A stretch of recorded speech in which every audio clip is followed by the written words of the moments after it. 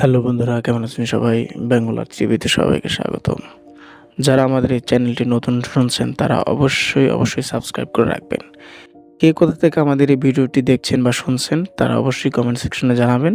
আর যারা এখন আমাদের এই চ্যানেলটি সাবস্ক্রাইব করেননি, জলদি সাবস্ক্রাইব করে ফেলুন নতুন ভিডিও পাওয়ার জন্য।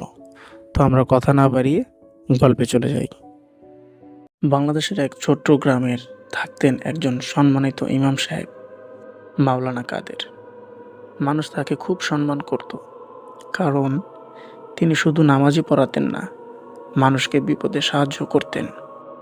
কিন্তু এক রাতে তার সাথে এমন এক ঘটনা ঘটেছিল যা আজও সেই গ্রামের মানুষকে ভয়ে কাতরিয়ে দেয়। কারণ সেই রাতে তিনি মানুষ নয়, জিনের জানাজা পড়িয়েছিলেন। তো বন্ধুরা, আজকের গল্পটি হচ্ছে এমনই এক জিনের জানাজা নিয়ে। ঘটনা শুরু হয় একদিন রাত প্রায় 12টা বাজে। ইমাম সাহেব তখন ঘুমাতে যাচ্ছিলেন। হঠাৎ দরজায় ঠকঠক একটি শব্দ আসে। তিনি অবাক হলেন, এত রাতে কে আসতে পারে? দরজা খুলে দেখলেন 3জন অচেনা লোক দাঁড়িয়ে আছেন। তাদের মুখ ফ্যাকাশে আর চোখগুলো অদ্ভুত শীতল। একজন ধীরে বললেন, হুজুর, আমাদের একজন মারা গেছে, জানাজা পড়াতে হবে। ইমাম সাহেব বললেন, এখন এই রাতে? লোকটি উত্তর দিল, আমাদের জায়গাটা একটু দূরে, দয়া করে চলুন। ইমাম সাহেব প্রথমে একটু দ্বিধা করলেন, কিন্তু একজন মুসলমান মারা গেলে তার জানাজা পড়ানো তো ফরজে কিফায়া, তাই তিনি রাজি হলেন। লোকগুলো তাকে গ্রামের বাইরে নিয়ে যেতে লাগলেন। রাস্তা ধীরে ধীরে অচেনা হয়ে উঠল। চারপাশ ঘন কুয়াশা, বড় বড় গাছ। হাঁটতে হাঁটতে ইমাম সাহেব বুঝলেন এই জায়গাটা তিনি আগে কখনো দেখেননি। হঠাৎ সামনে একটি পুরনো কবরস্থান দেখা গেল।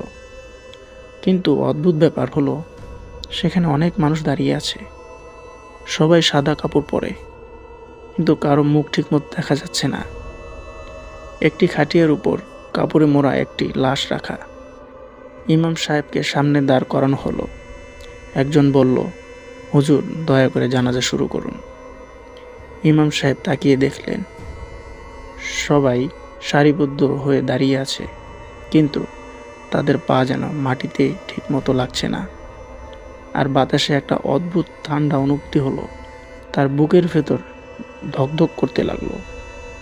তবু তিনি জানাজা শুরু করলেন আল্লাহু আকবার বলে। জানাজার মাঝখানে হঠাৎ তার চোখ পড়ে সামনের একজনের দিকে। লোকটার চোখ পুরো লাল, আর তার মুখে একটা অস্বাভাবিক হাসি।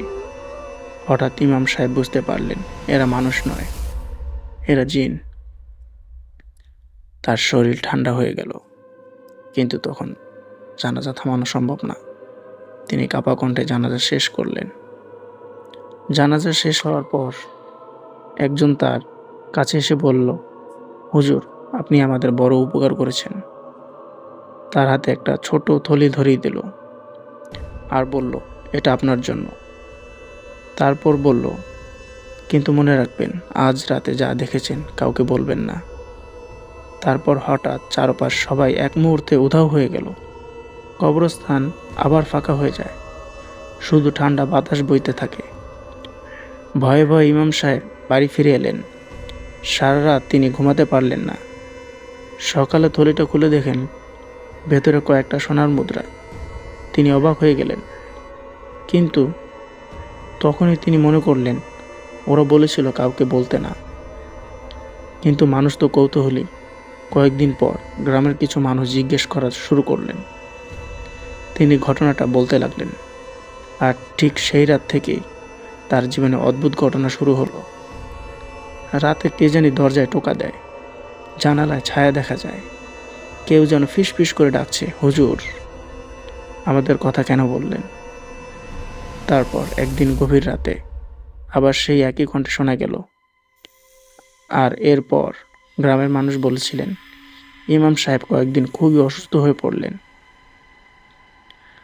আজও নাকি সেই গ্রামের মানুষ বলে, গভীর রাতে ওই কবরস্থানের পাশ দিয়ে গেলে কখনো কখনো শোনা যায় দূরে কোথাও জানাজার তাকবীরের শব্দ। আল্লাহু আকবার। কিন্তু আশেপাশে কোনো মানুষ থাকে না, কারণ হয়তো সেদিন আবার জিনের জানাজা হচ্ছিল। তো বন্ধুরা, হঠাৎ যদি এরকমের অজানা কারো জানাজার আপনার সামনে আসে, সাহস করে পড়তে পারবেন তো আপনি? কমেন্ট করে জানান।